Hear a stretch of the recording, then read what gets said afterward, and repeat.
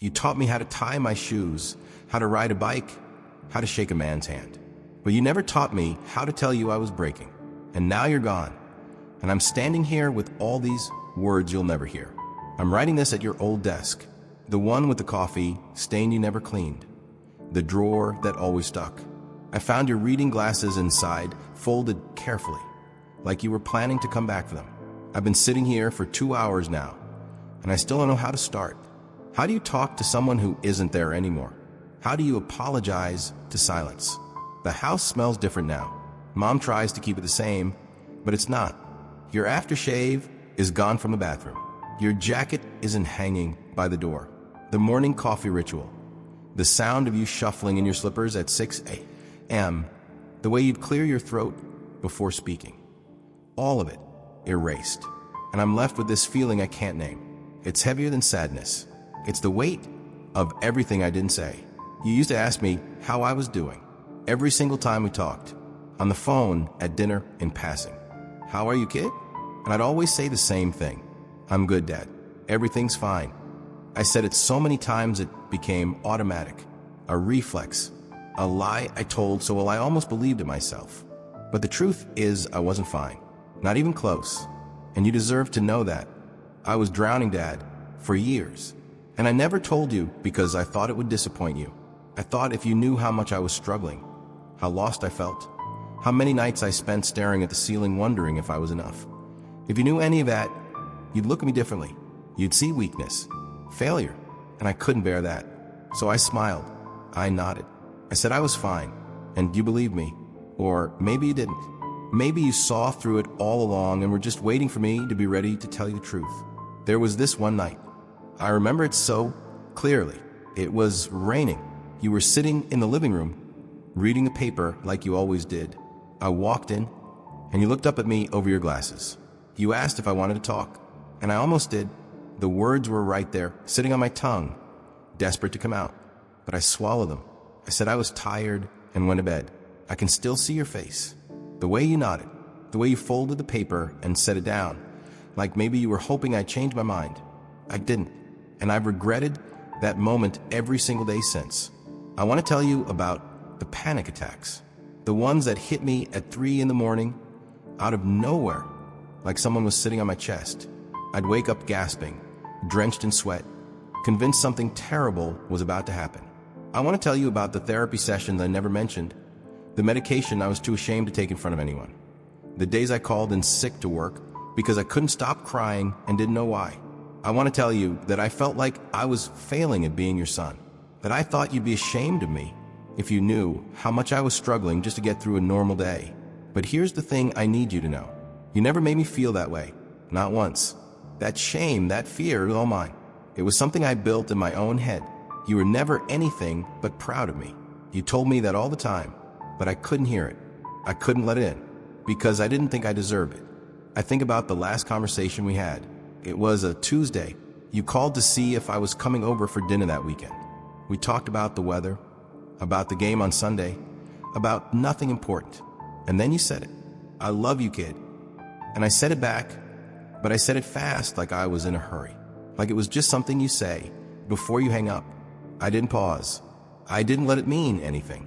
And now I'd give anything to hear your voice say those words one more time. To tell you I love you and mean it with everything I have. Maybe you're reading this somehow, wherever you are. Maybe you already know everything I'm trying to say. Maybe you knew it all along, and you were just waiting for me to figure it out. I don't know. I don't know what happens after we're gone, but I hope you can feel this. I hope you know that I'm sorry. I'm sorry I hid from you. I'm sorry I built walls between us when all you ever did was try to reach me. I'm sorry I let fear steal the honest conversations we should have had. Take a moment here, because I need to ask you something. Have you ever carried a truth you were too afraid to share? A secret that felt too heavy, too raw, too real to say out loud to the person who needed to hear it most? You're not alone in that. So many of us are walking around with words trapped inside, thinking we have more time, thinking tomorrow will be easier. If you felt that weight, if you're carrying something unsaid right now, leave a comment that says, I should have spoken. You don't have to explain. You don't have to share the whole story. Just those words. Because when we say it even to strangers, it makes it a little less heavy. And maybe someone else reading this will see your comment and realize they're not the only one holding their breath, waiting for courage that never comes. Speak it into the world. Even if it's just 4 words, it matters. I've been thinking about all the little things you did that I never thanked you for. The way you'd wake up early to make sure the driveway was clear of snow before I had to leave for school. The way you'd slip a 20 into my hand when I was broke and pretend it was no big deal. The way you'd sit through every one of my terrible middle school concerts, clapping louder than anyone else even though I couldn't carry a tune. You showed up every single time, and I took it for granted because I thought you'd always be there. But you're not. And now I'm the one showing up to places you used to be. I'm the one sitting in your chair, drinking from your favorite mug, trying to remember the exact way you used to laugh. And it's not enough. It'll never be enough. Because what I want is one more conversation, one more chance to look you in the eye and tell you the truth, to say that I wasn't okay, and I needed you, and I was too scared to admit it. And I'm sorry. I know you'd probably tell me to stop apologizing. You'd say something like, "Kid, you don't owe me anything. You're doing fine." That was always your way. You never asked for credit. You never needed me to prove anything. But I need to say it anyway. I need you to know that you were enough. More than enough. You were everything. And if I seemed distant, if I seemed closed off, it wasn't because of you. It was because I was afraid of being seen. Afraid of being vulnerable. Afraid that if you really knew me, you'd realize I wasn't the person you thought I was. But maybe that's the thing I'm finally understanding. You didn't need me to be perfect. You just needed me to be honest. And I wasn't. And that's on me. If you're still here, still listening to this, I want to say something. Maybe you've lost someone too. Maybe you're carrying the same kind of regret, the same pile of unsaid words. Or maybe the person you need to talk to is still here, still waiting, and you're just too afraid to start. I get it. I really do. But here's what I wish someone had told me. The discomfort of vulnerability is nothing compared to the pain of regret. Nothing. So if there's someone in your life you've been hiding from, someone who deserves to know the real you, tell them. Not someday, not when it feels easier.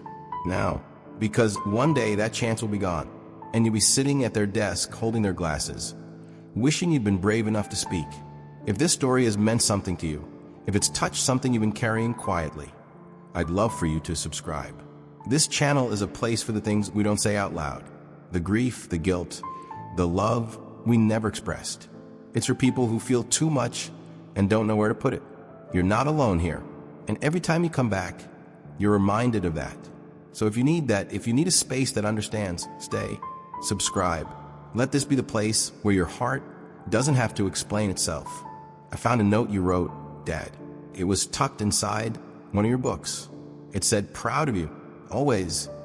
No date, no context, just those 3 words and your handwriting. I don't know when you wrote it or why, but I'm keeping it. I'm keeping it in my wallet, where I used to keep my license and my credit cards, because it's more important than any of that. It's proof that you saw me, that even when I thought I was invisible, you were watching. You were proud. And maybe if I can hold on to that, I can start to forgive myself for all the times I looked away. I'm trying to live differently now. I'm trying to be the kind of person who doesn't wait, who doesn't hide, who picks up the phone and says what needs to be said, even if it's hard, even if it's uncomfortable, even if it makes me cry in the middle of a Tuesday afternoon. Because I learned the hard way that time doesn't wait for you to be ready. It just runs out. And then you're left with all these words that have nowhere to go. So this is me finally saying them. Finally letting you hear the truth I should have told you years ago. I wasn't fine, Dad. I was scared. I was struggling. I was lost. But I'm finding my way now. And a lot of that is because of you, because of the way you loved me, even when I wouldn't let you all the way in. Because you never gave up. Because you kept asking. Because you showed me every single day what it looks like to be steady, to be present, to be kind. I miss you. I miss you so much it feels like something broke inside me and can't be fixed. But I'm grateful too. Grateful for every moment, every conversation, every hug I didn't appreciate enough. Every time you said my name, you were my father. You were my hero. And I never told you that when you could still hear it. So I'm telling you now, wherever you are, however this works, I'm telling you, thank you. I love you, and I'm sorry I waited this long to say it out loud. But I'm saying it now, and I won't stop.